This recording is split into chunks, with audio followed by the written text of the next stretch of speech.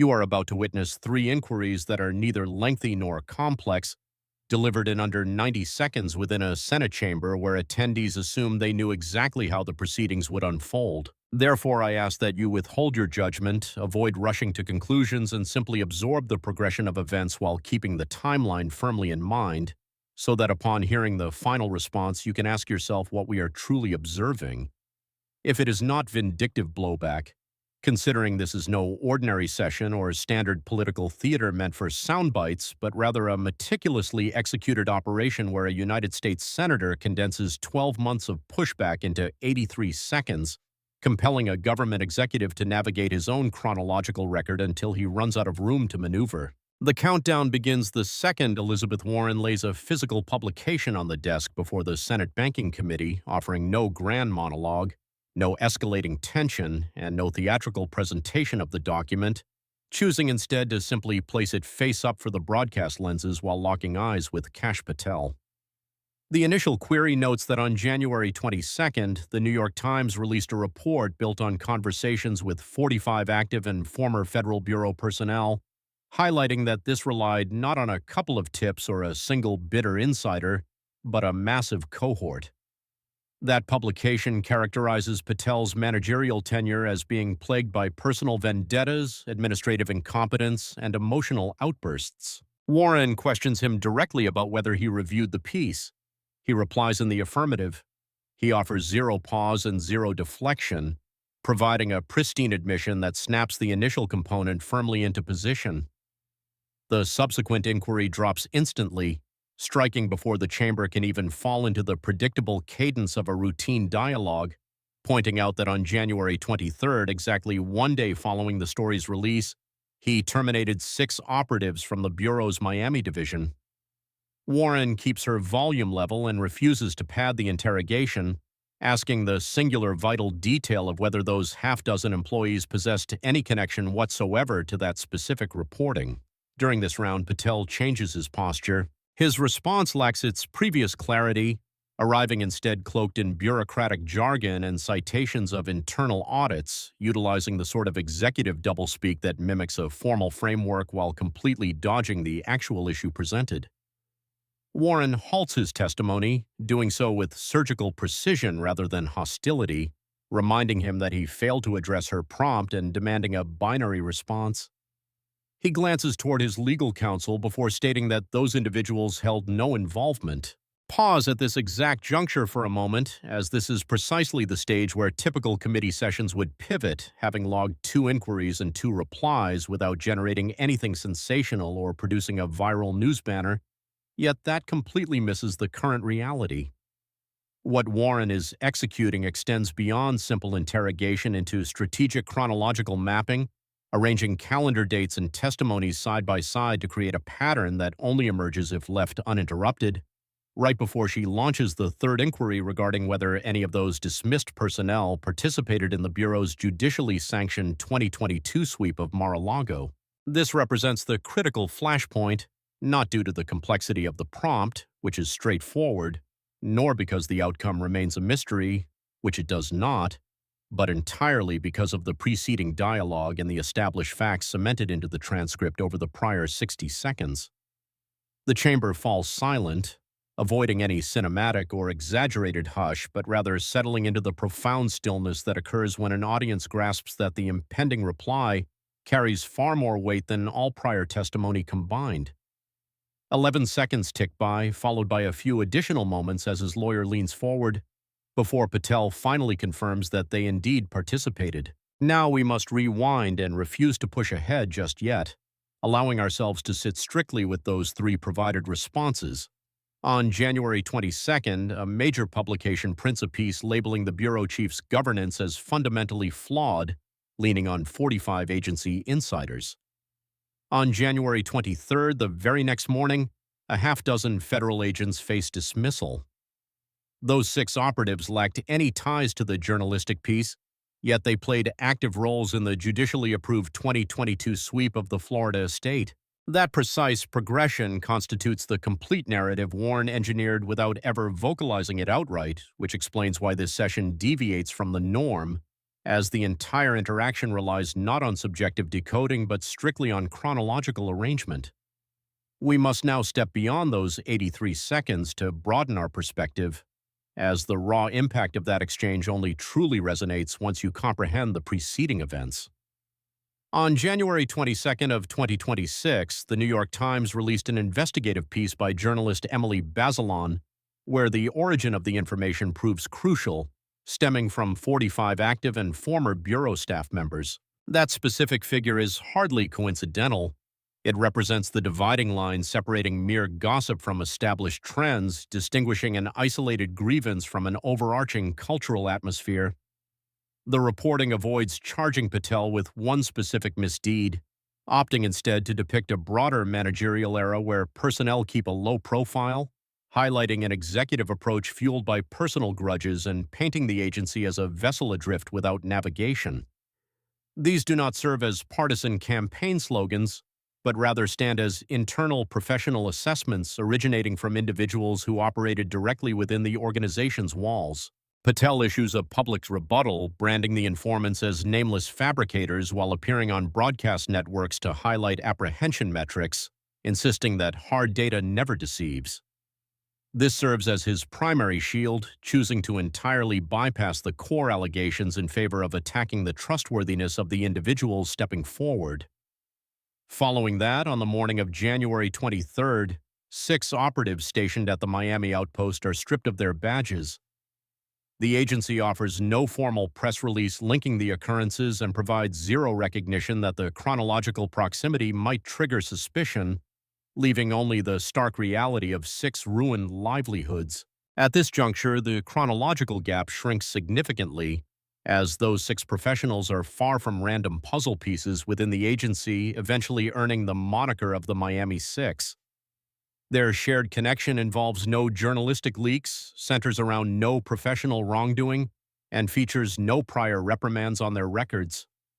Their unifying bond centers entirely on a highly specific assignment, namely the 2022 federal sweep of the Mar-a-Lago property. That operation was not executed on a whim. It carried the explicit authorization of a federal magistrate and yielded the retrieval of over 11,000 state records, including highly sensitive intelligence files. The personnel who carried out the task operated under strict judicial mandates, and absolutely zero official documentation suggests they behaved outside established protocols. Therefore, align those facts with the testimony you recently witnessed, proving they lacked ties to the journalism piece, acknowledging their roles in the estate sweep, and confirming their dismissals occurred a mere 24 hours post-publication. Here is where vocabulary becomes paramount, as the standard defense against such a timeline relies heavily on administrative jargon citing audits, evaluations, and executive staffing discretion, all of which project legitimacy when viewed in a vacuum, yet a vacuum is precisely the environment Warren actively dismantled. She refused to permit each testimony to exist independently, physically bending them into a chronological chain, and once tethered together, any defense must justify the suspicious pacing alongside the final verdict. Now pose the inquiry she brilliantly left unspoken. If an audit was actively progressing, where does it sit on the calendar? And if a ruling stemmed from behavioral issues, when did that behavioral assessment happen? And if the terminations truly bypassed the news story, why did they drop the very next dawn?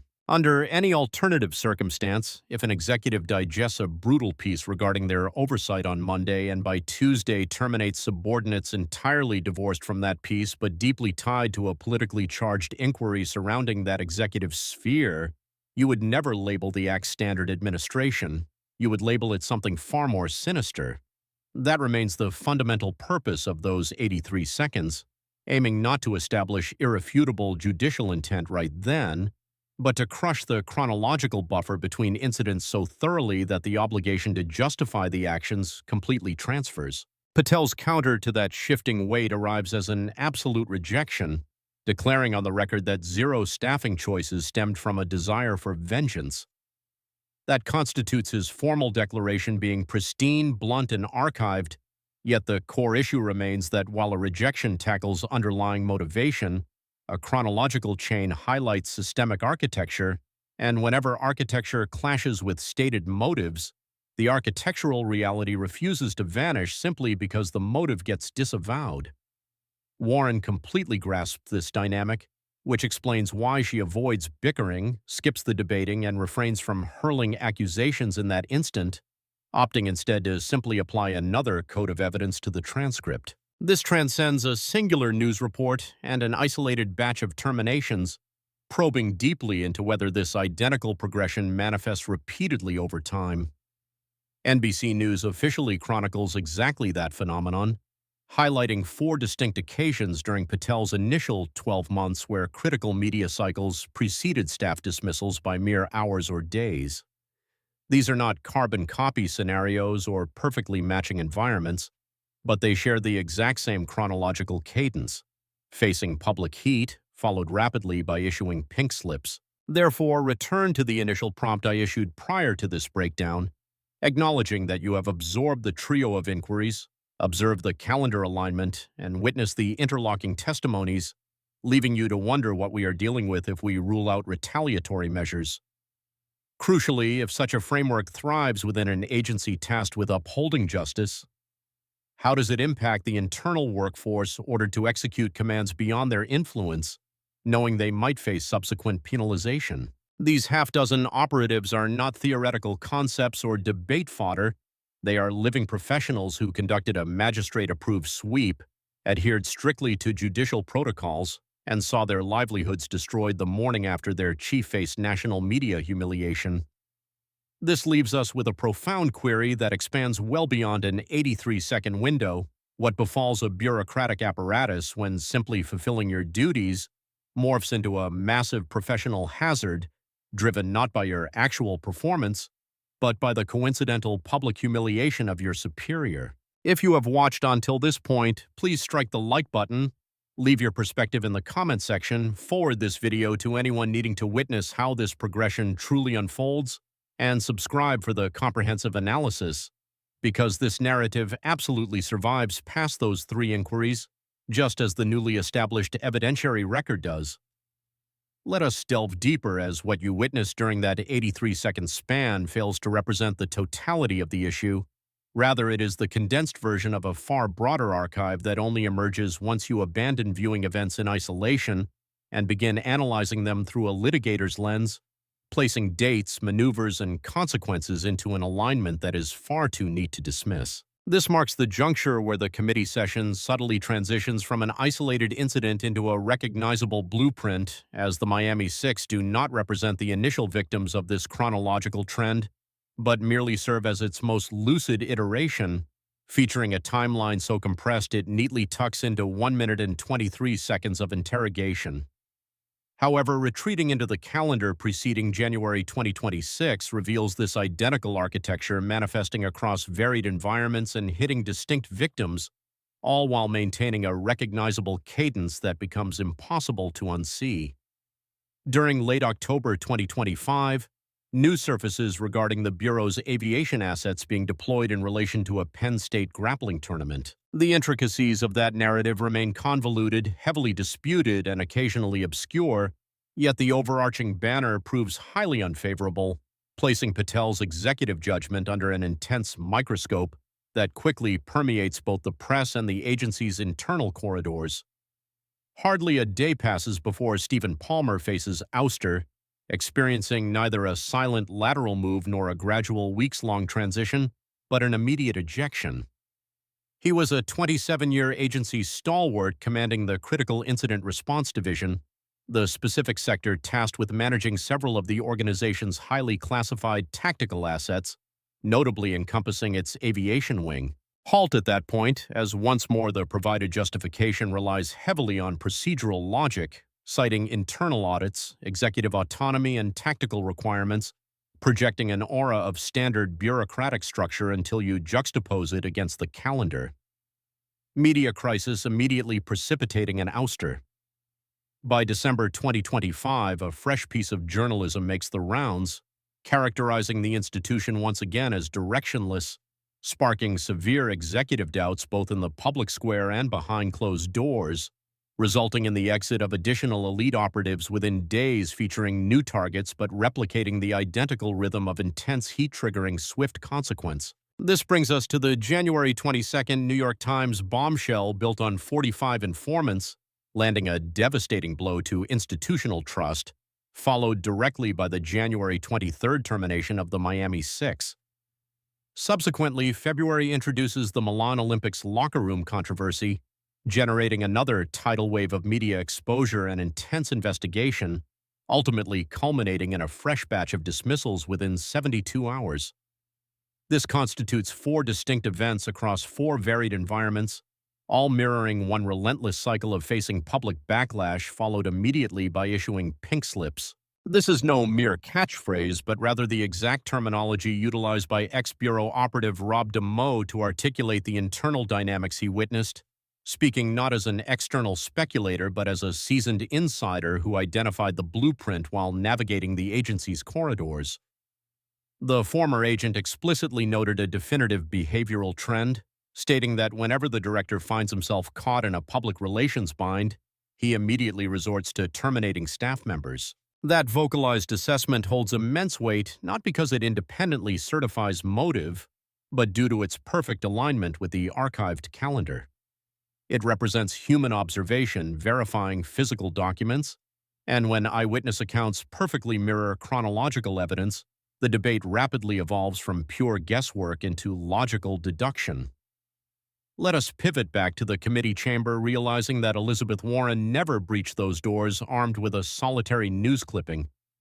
She arrived with this entire overarching blueprint already meticulously charted. The New York Times publication served not as the ultimate proof, but merely as the tactical gateway, making the specific venue far more consequential than a superficial glance might suggest. This interaction unfolds within the Senate Banking Committee rather than the Judiciary Committee, bypassing the traditional arena designated for federal agency supervision, a reality that triggers 2 simultaneous dynamics. Initially, the witnesses' defensive postures are entirely calibrated to handle an alternative style of interrogation, expecting inquiries to be broader, far less surgical, and heavily skewed toward macroeconomic policy. Furthermore, the gathered spectators and panel members possess zero expectations of witnessing a forensic step-by-step autopsy of human resources maneuvers buried deep within the federal law enforcement apparatus. Warren heavily leverages this surprise factor, carefully disguising her prompts not as explosive allegations of wrongdoing, but rather as dry inquiries into bureaucratic mechanics, questioning the methodologies behind staffing choices and verifying if fundamental fairness protocols receive uniform application. Her approach projects a highly technical and mundane procedural tone, yet concealed beneath this administrative veneer lies a profoundly lethal tactic. By interrogating the mechanical process, you compel the testifier to formally establish the textbook standard for executive decision-making, allowing you to instantly juxtapose actual calendar events against that sworn standard to test their compatibility. This exact trap snaps shut when Patel characterizes the terminations as the logical conclusions of continuously active internal audits. That specific phrase regarding continuous audits shoulders an immense burden, heavily implying a passage of time, suggesting mountains of paperwork, and indicating multiple foundational steps preceding the ultimate punitive measure. It paints the picture that the events of January 23rd simply represented the final destination of a journey launched significantly beforehand. Consequently, Warren reaches for the exact physical record capable of stress testing that assertion: the formal case registry from the Bureau's Office of Professional Responsibility concerning the 6 Miami operatives. This item is neither a journalistic piece nor a stray quote, but an ironclad internal ledger documenting the precise opening and closing moments of an investigation, functioning effectively as the chronological heartbeat of the bureaucracy, and its revelation is staggering.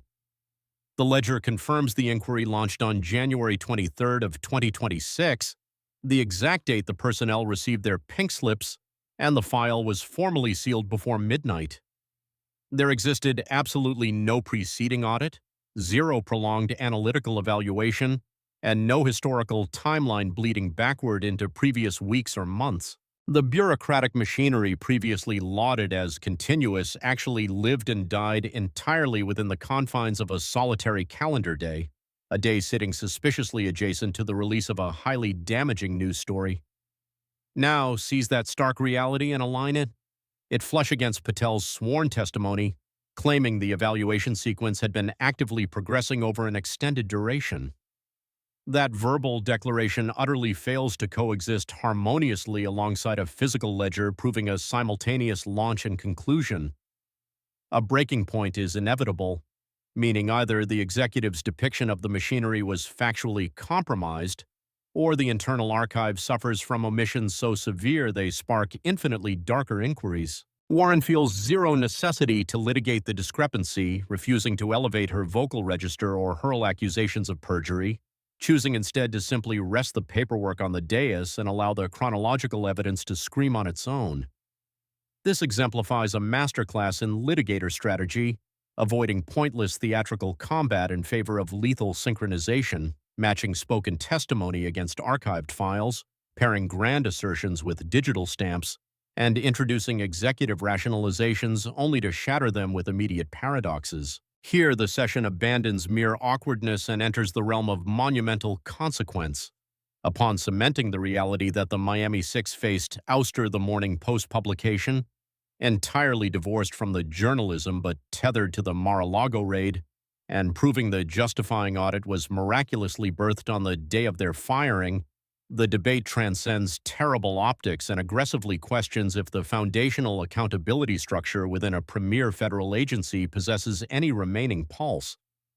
Furthermore, such an explosive query refuses containment within committee walls, bleeding rapidly outward toward the Inspector General's desk, infiltrating the federal agents union and inevitably crashing into the judicial system. This occurs because if human resources maneuvers perfectly synchronize with media backlash targeting the executive tier, the crisis abandons the label of poor management and firmly adopts the mantle of potentially severe authoritative corruption. The federal agents union fully comprehends this threat, launching an official legal offensive within the federal judiciary, asserting that this termination trend tramples fundamental fairness protocols and injects a paralyzing atmosphere of dread throughout the entire organization.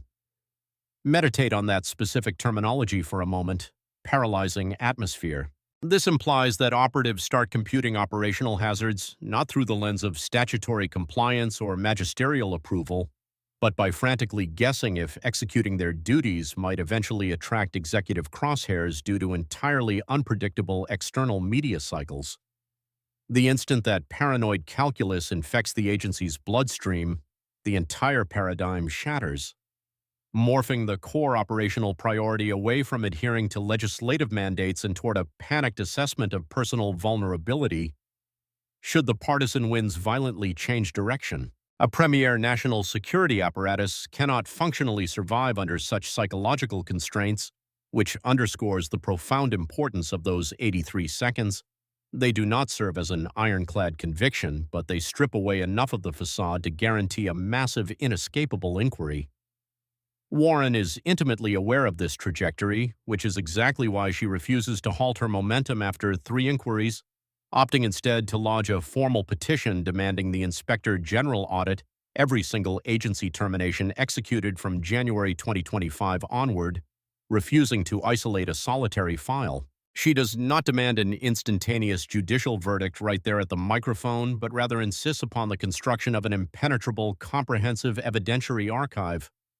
Once this massive catalog achieves completion, it will completely bypass subjective guesswork, relying entirely on the identical metrics you have tracked throughout this analysis: chronological markers, physical ledgers, interlocking sequences, and behavioral rhythms that either consistently recur or organically fade. Consequently, we have definitively exited the vacuum of a lone committee meeting and crossed the threshold into an expansive investigatory phase designed to determine if the preceding spectacle represented a bizarre outlier or a symptom of deep institutional decay. This brings us to the juncture where you must personally decipher the underlying meaning of that prolonged quietness, acknowledging that silence during sworn testimony remains incredibly versatile. It can signal prudent hesitation, represent active legal strategizing, or simply highlight genuine confusion. However, within this specific context, that pause anchors the tail end of a meticulously engineered chain that had systematically eliminated almost every plausible alternative defense. The initial reply arrived with crystal clarity, the subsequent response leaned heavily into evasion, and the final confirmation suffered a massive delay, creating a conversational descent that narrates a compelling tale built entirely on increasing friction rather than spoken dialogue. Therefore, interrogate your own logic once more with a comprehensive picture illuminated. If the pink slips remained truly divorced from the journalistic expose, why did they drop simultaneously? If the bureaucratic audit enjoyed a lengthy lifespan, why does the official ledger compress it into a few hours on firing day? And if the operatives held zero ties to the leaks, why did the axe fall squarely on their necks? Furthermore, if this exact chronological blueprint surfaces not isolated as a fluke, but repeated a staggering 4 times within a 12-month window, at what specific threshold does the excuse of mere happenstance completely lose its intellectual viability? This represents the exact boundary this massive controversy is accelerating toward, threatening to cross the perimeter where recurring anomalies shed their coincidental camouflage and proudly reveal their systemic architecture.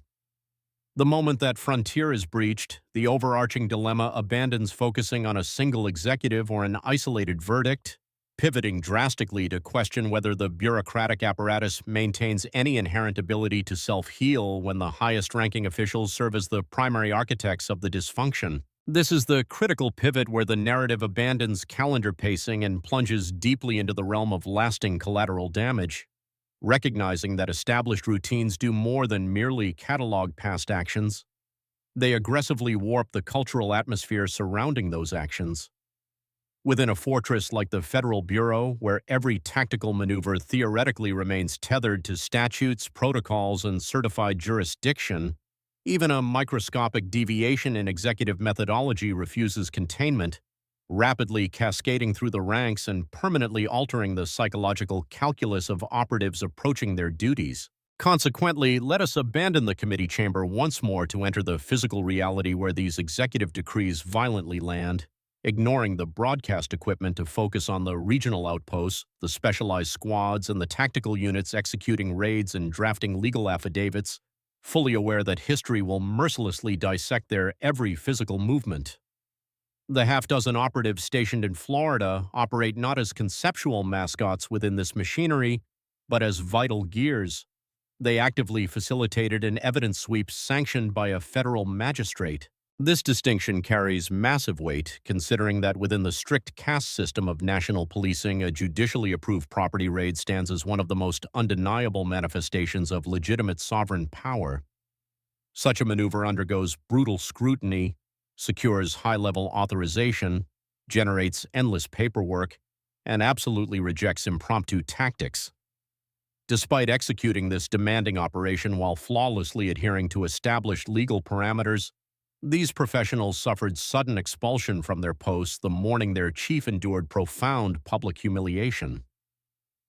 Attempt to place yourself inside that bureaucratic labyrinth right now. Mice.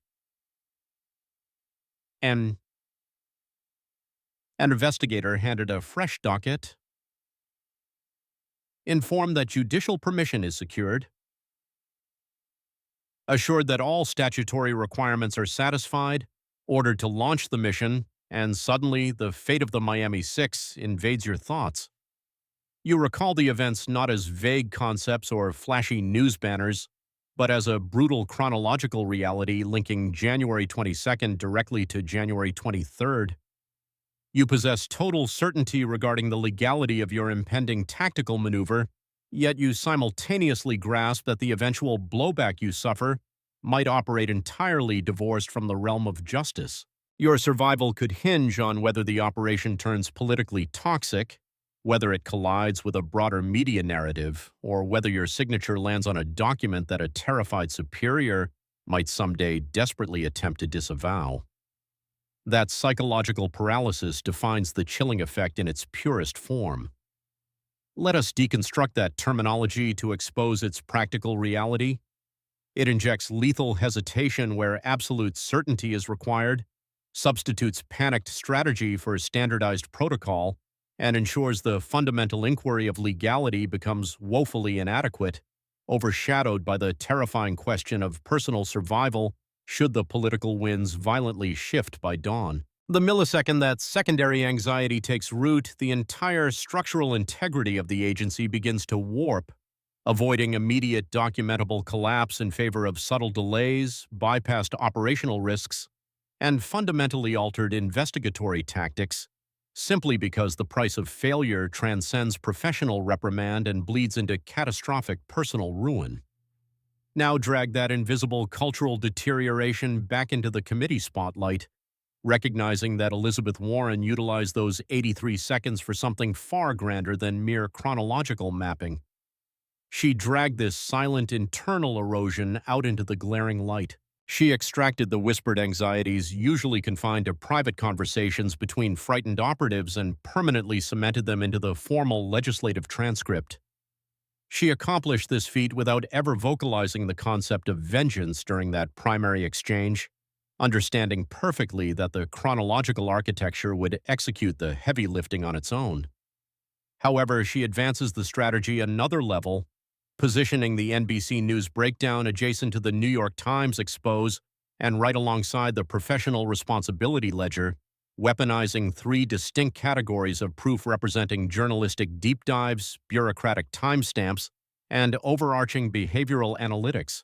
She synchronizes these elements with such precision that a solitary inquiry organically surfaces, shedding the skin of an accusation to become an absolute inevitability. Does there exist a single logical justification for this recurring blueprint that avoids the specter of vindictive reprisal? Observe the structural genius of that prompt, as it completely bypasses the assumption of culpability in favor of aggressively daring the defense to produce a viable alternative reality. This reverses the gravitational pull of the argument, abandoning the tedious effort of proving foul play to instead demand if any benign explanation can somehow encompass this exact constellation of undisputed facts. Such a maneuver applies a profoundly unique brand of psychological duress, forcing the witness to transcend simple denials of malice and actively construct a parallel universe where this bizarre timeline functions flawlessly without any vengeful catalyst. This represents the exact juncture where Patel's defensive perimeter violently collapses. His refutation is absolute, swearing on the record that no staffing purges were driven by a desire for retribution. While this represents the most ironclad shield one can deploy under fire, it simultaneously stands as the most fragile, systematically eliminating any avenue for partial justifications and completely eradicating the oxygen needed for nuanced survival. The declaration is unyielding, and unyielding testimonies prove remarkably susceptible to destruction when slammed against unyielding chronologies.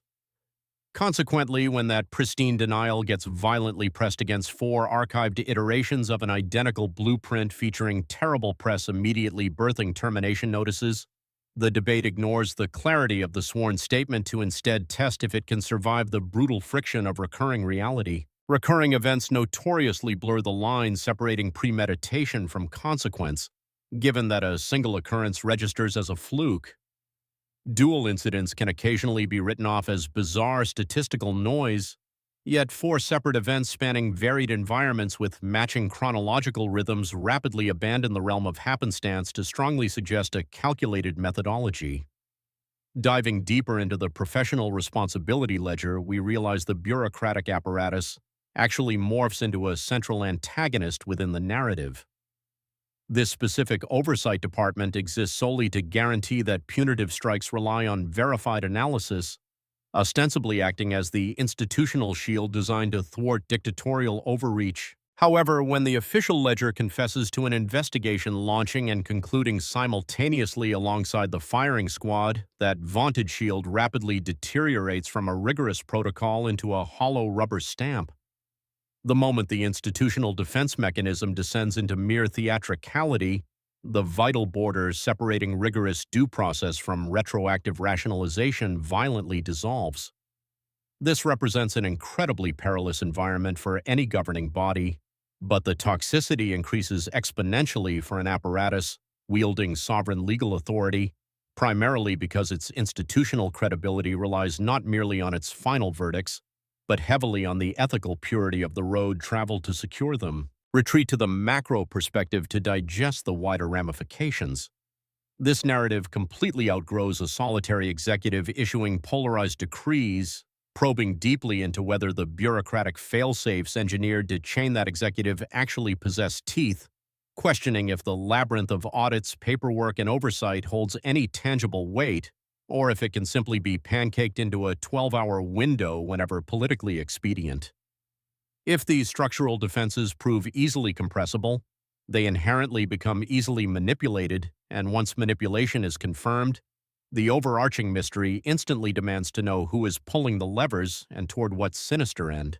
This marks the territory where the controversy permanently sheds its partisan skin, asserting that regardless of the ideological flag flying over the director's chair, the baseline operational metrics must remain universally rigid. A premier national investigative bureau operates under a strict mandate never to counter public humiliation by purging operatives tied to politically radioactive dossiers. It must absolutely refuse to synchronize its human resources mechanics with outside media narratives in any manner that generates even a faint whiff of vindictiveness, primarily because optical purity holds massive weight in this arena not as an exercise in vanity, but as the foundational bedrock of civic faith. Average citizens lack the security clearances necessary to rifle through internal memos, remaining entirely blind to digital correspondence, closed-door strategy sessions, and the nuanced phases of bureaucratic audits. The civilian populace relies entirely on observing visible chronologies and tracking ultimate consequences as they align with public incidents, utilizing those visible sequences to build a consensus on whether the governmental apparatus operates with noble independence or acts as a reactive, cornered animal. Consequently, when the visible blueprint consistently features media blowback instantly followed by staff terminations, looping relentlessly, the sinister deduction grows nearly impossible to suppress long before any official probe issues a final verdict. This reality explains why Warren's demand for an inspector general audit transcends mere bureaucratic maneuvering and becomes an absolute necessity. It represents the solitary tool capable of dragging an externally diagnosed behavioral trend and smashing it against the hidden internal archives, reviewing the emails, dispatch notes, chronological logs, and private chats invisible to the committee cameras, yet fundamentally responsible for how choices were genuinely forged. Once that deep dive commences, investigators will completely ignore subjective debates over terrible public relations, obsessing strictly over whether the paperwork corroborates the sworn congressional testimony, aggressively verifying if the audits were genuinely continuous, checking if pink slips stemmed from archived behavioral flaws, and determining if the bizarre calendar rhythm was an unfortunate fluke or a deliberate synchronization. These represent concrete inquiries soluble only through hard data rather than eloquent monologues, yet until those verified truths materialize, society is stranded with the spectacle of those 83 seconds and the ominous trail left across the surrounding calendar year, a looping chronological rhythm, a pristine executive disavowal battling that very rhythm, and a web of fallout that bypasses solitary personnel choices to poison the entire operational psychology of a besieged institution. Therefore, the central mystery entirely abandons the events of January 23rd, pivoting violently toward the future to ask what occurs when the rank-and-file operatives, the very individuals executing the most radioactive domestic missions, are forced to calculate exactly how much faith they can afford to invest in the bureaucratic armor meant to protect them while serving their country.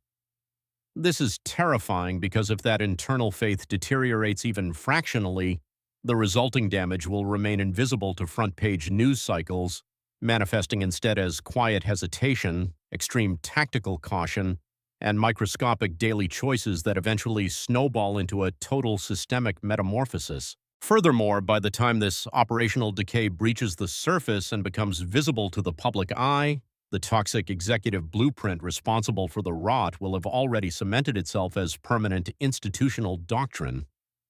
We have reached the critical mass where the entire presented narrative strips off its theoretical armor, transforming into an urgent crisis of supreme accountability that absolutely refuses to tolerate further delay. Until this exact second, you have merely analyzed a chronological chain, a behavioral rhythm, and a stack of paperwork arranged to suggest a terrifying reality, yet colossal bureaucracies remain entirely immune to mere logical deductions.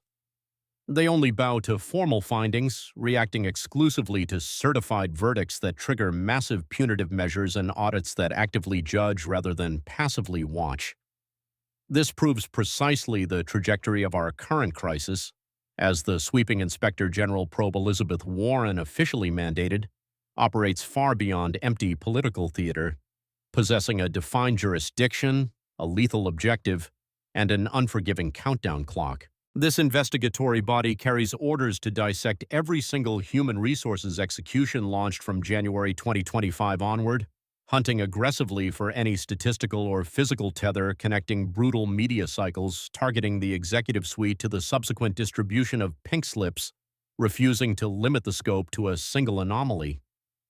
This guarantees that the Miami 6 Act not as the conclusion to this saga, but strictly as the blood-stained foyer leading into a colossal forensic teardown destined to either brand the observed timeline as a series of bizarre coincidences birthed under stress, or officially certify it as a meticulously engineered, profoundly systemic purge. The absolute severity of the situation crystallizes beautifully here, recognizing that if the audit unearths zero connectivity and officially rules that every ouster was uniquely warranted, flawlessly archived, and totally divorced from media hostility, then the terrifying blueprint evaporates entirely, reducing the timeline to a string of highly unfortunate yet perfectly harmless coincidences.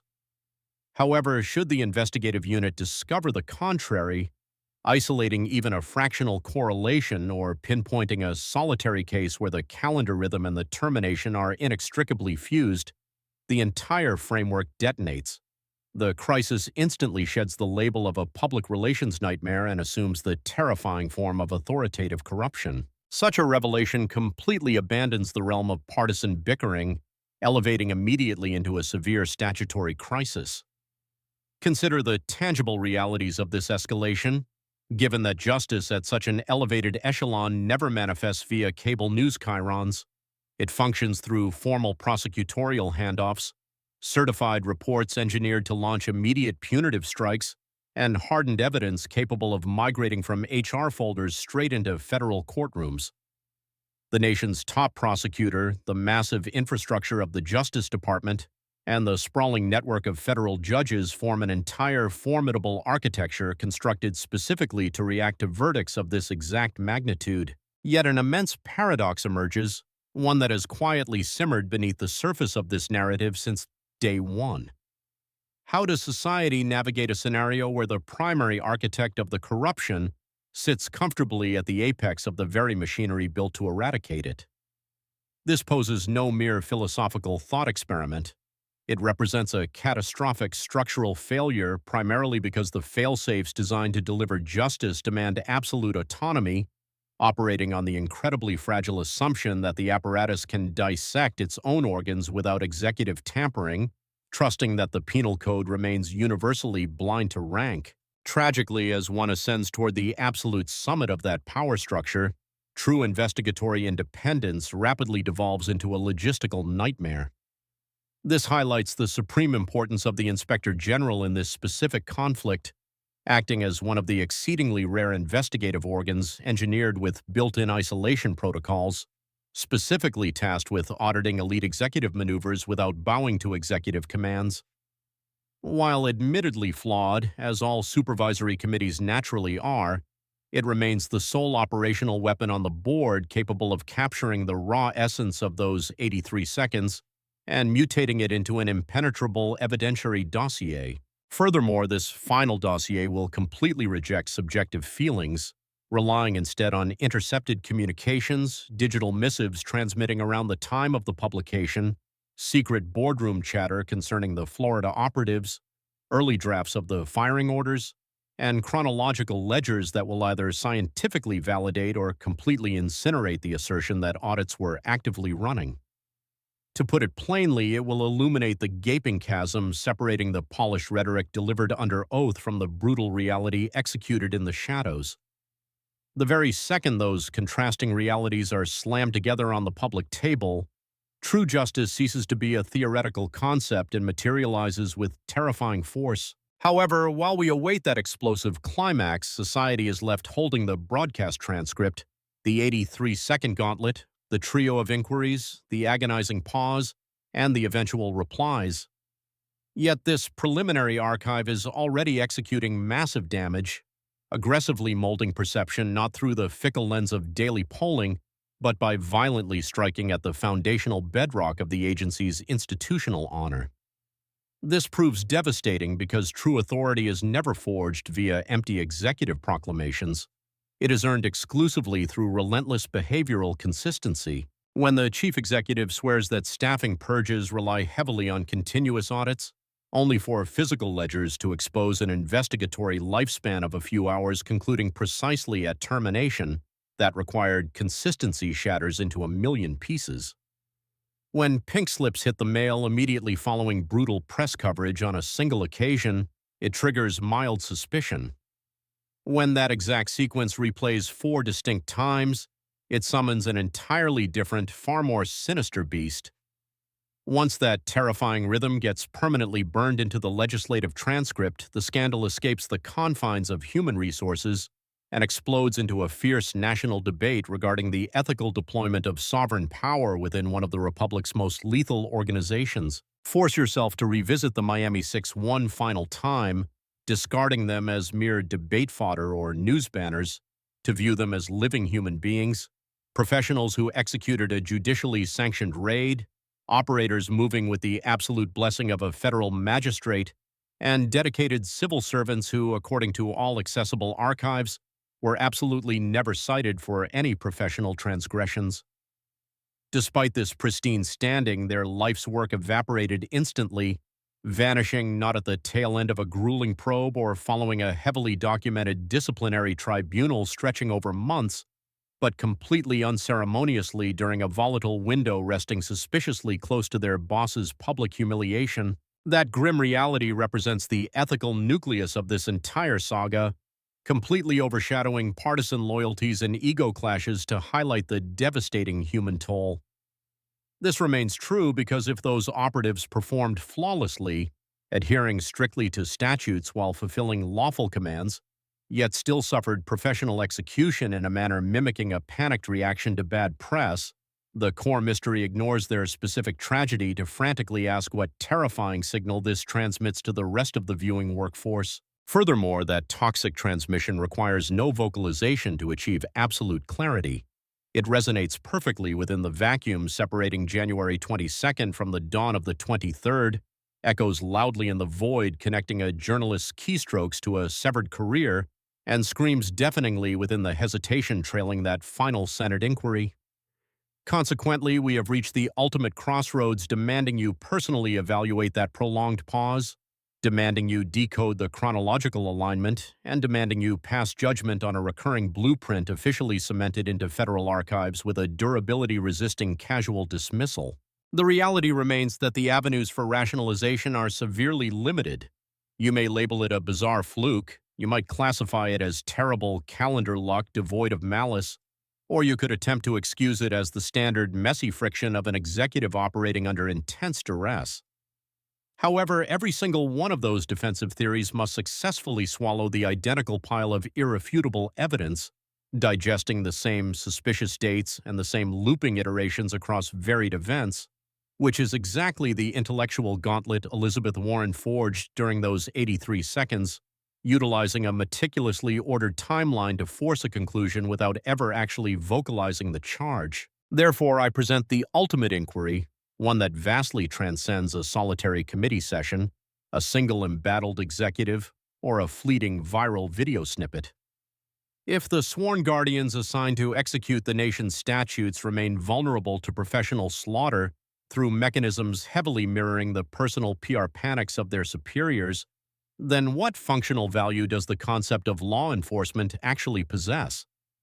Does justice remain eternally blind, striking uniformly regardless of which elite figures suffer humiliation from its deployment? Or does it subtly warp and bend to placate the fragile egos of the autocrats controlling the levers of consequence? Such a profound query cannot be resolved via a snappy media quote.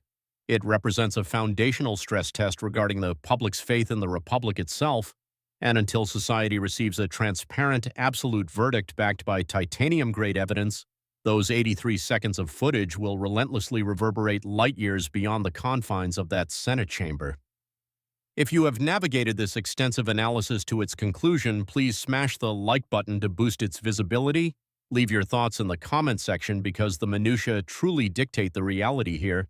Forward this to anyone mistakenly viewing this as standard political theater, and subscribe to track the impending fallout. I guarantee this because the moment the Inspector General officially publishes their findings, the chronological blueprint you just witnessed will either receive a miraculous justification or it will be terrifyingly, irrefutably verified.